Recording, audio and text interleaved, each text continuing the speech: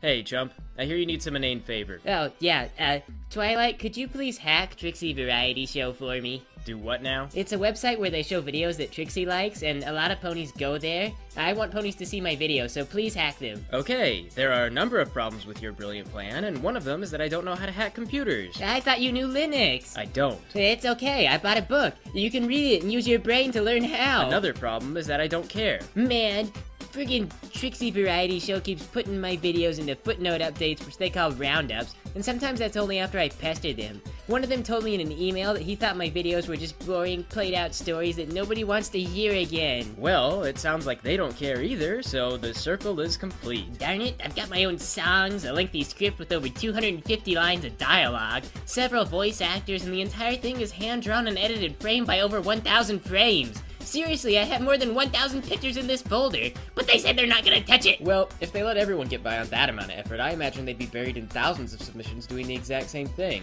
They've gotta set standards. Some guy named Alclaw Pones made it to the media page by doing a half-assed 1-minute voiceover of a scene from Peter Pan, and then another user made it to the media page by adding the chorus of Space Jam to that. Why do you want on this website again? I need to be loved! Okay, look. It's obvious that the video submissions are run fairly unprofessionally, so if anything, your videos are just being bounced or shuffled aside because the guys in charge have a prejudice against whatever it is you're reading. Since they're probably not really watching the video to verify quality, I figure you should just change the title to something else. Would I get in trouble for that? I don't know.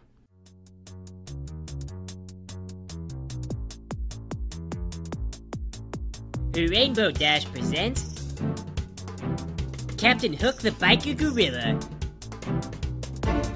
But secretly it's Rainbow Factory. Also check out my new fireplace.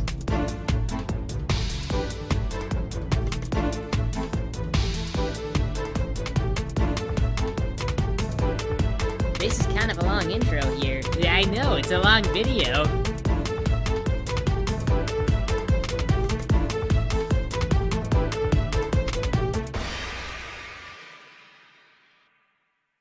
It's a bright springtime day in Cloudsdale. The weather is predictably perfect, and the reason is because today is the day of the Pegasus exams for all the little fillies and colts.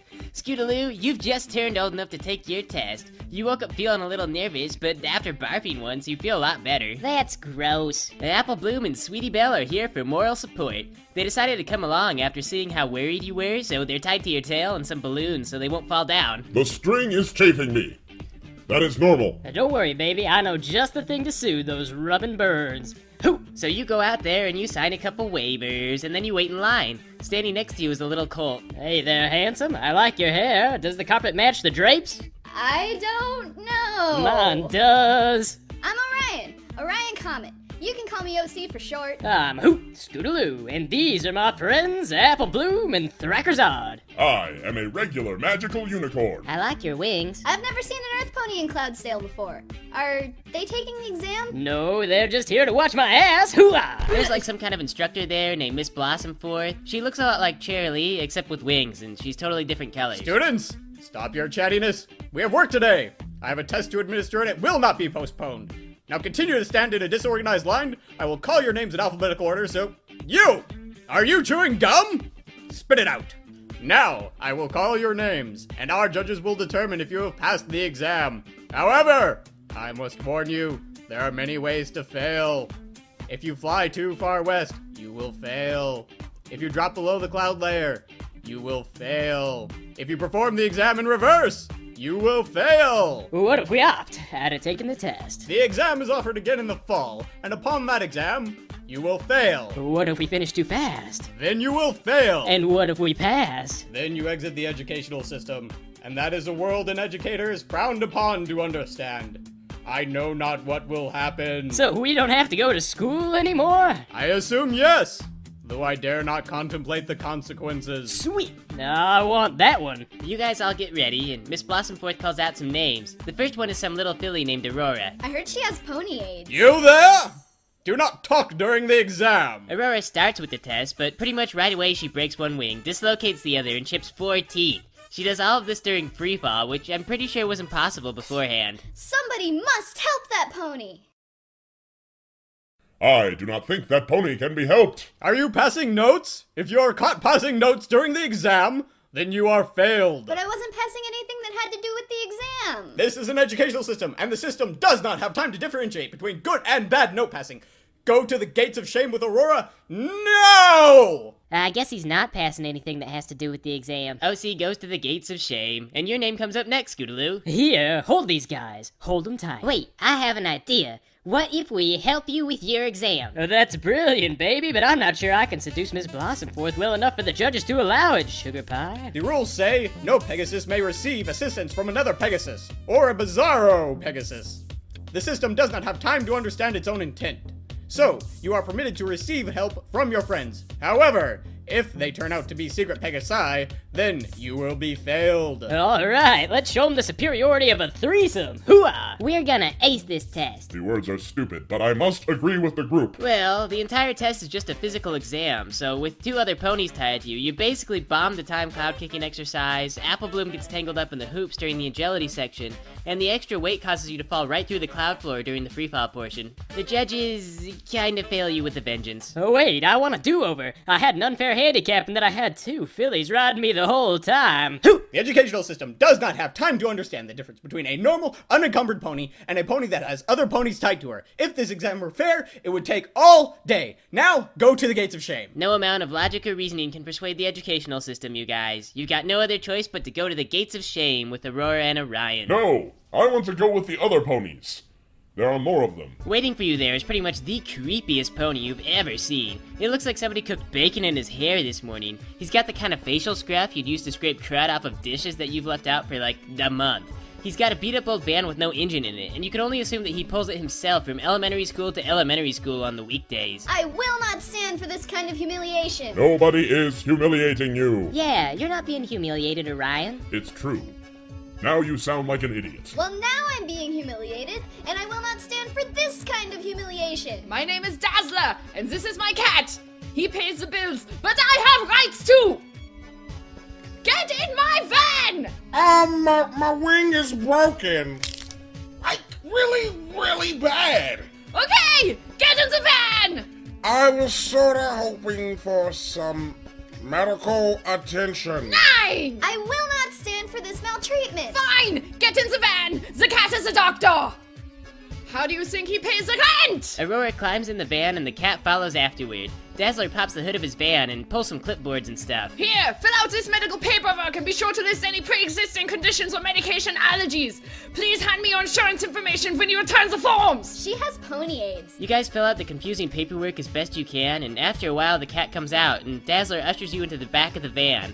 The entire process uses kind of a lot of unnecessary physical contact. The inside of the van smells like burnt cheese and mouthwash, and the only thing in there is like a billion Parasprite cans. It looks like Aurora's all better though, or at least in one piece. That cat is a friggin' miracle worker, granted a complete lack of medical equipment. The van starts moving. Where you're going, you have no idea, but you get the feeling it's gonna be kind of a long trip. So, I hear you have pony AIDS. Do any of the rest of us have pony AIDS? Wherever Dazzler is taking you, his route is totally indirect. He's driving all over Cloudsdale. He stops at the drive-thru at the bank. Just because the cat pays the rent doesn't mean I don't have rights. And I would like to deposit a check. The cat can't stop me. He goes to a drive-thru at McSoy's. I would like a double happy. Sir, you can have a double happy. Get the hell out of my drive-thru. He drops you off at the hardware store and leaves you there for like an hour. When he comes back, he smells like fish. Basically, he takes you all over town, then he finally drives you guys to the weather factory in Cloudsdale. A pair of stallions approach the van. They're wearing gym clothes and Mexican wrestling masks to hide their mysterious identity. Hey, Dazzler. There's nothing hey about it. So, these kids, they're from the actual exam this time, right? The only thing I hate more than children is children on skateboards. Okay, come on, kids. Let's let Dazzler get back to his grown-up stuff. We've got a lot of work today. You guys pile out of the van and follow the 2 masked ponies inside the weather building. In the reception room, a white pony in a bright purple suit is there waiting. hey kids, welcome to the Rainbow Factory. It's like Willy Wonka in here. Wait, one feels a dream minute. Our punishment for failing our exam is we have to take a tour of the Rainbow Factory with a crazy pony. Wait, which one of us is the fat kid, baby? I call not it. I want to be an Oompa Loompa. Take me to them so the deed may be done. Nose goes is the fat kid. Ow! I don't even like chocolate. Too bad, fatty. I'm morally outraged with this fat kid thing. And in love with Scootaloo. What? Cut me some slack. She looks like my mom, okay? See, we are all having fun. You don't need to run away through the cloud floor or through the walls or anything. You're not gonna be ground up into rainbows, and that's a silly thing to think was gonna happen, you know? I don't even know, but like... Still, Mr. Yorley, they are going to grind us into rainbows. Okay, now that's morally outrageous, right? Somebody is with me, aren't they? I'm starting to get a little frustrated over here. Cut it out, you two. She just said we weren't gonna be grinded up into rainbows. Yeah, that's kind of rude, Orion. You're the fat kid. Wow, you are such a jerk. That was just low, baby. It's okay, Aurora. You ain't fat.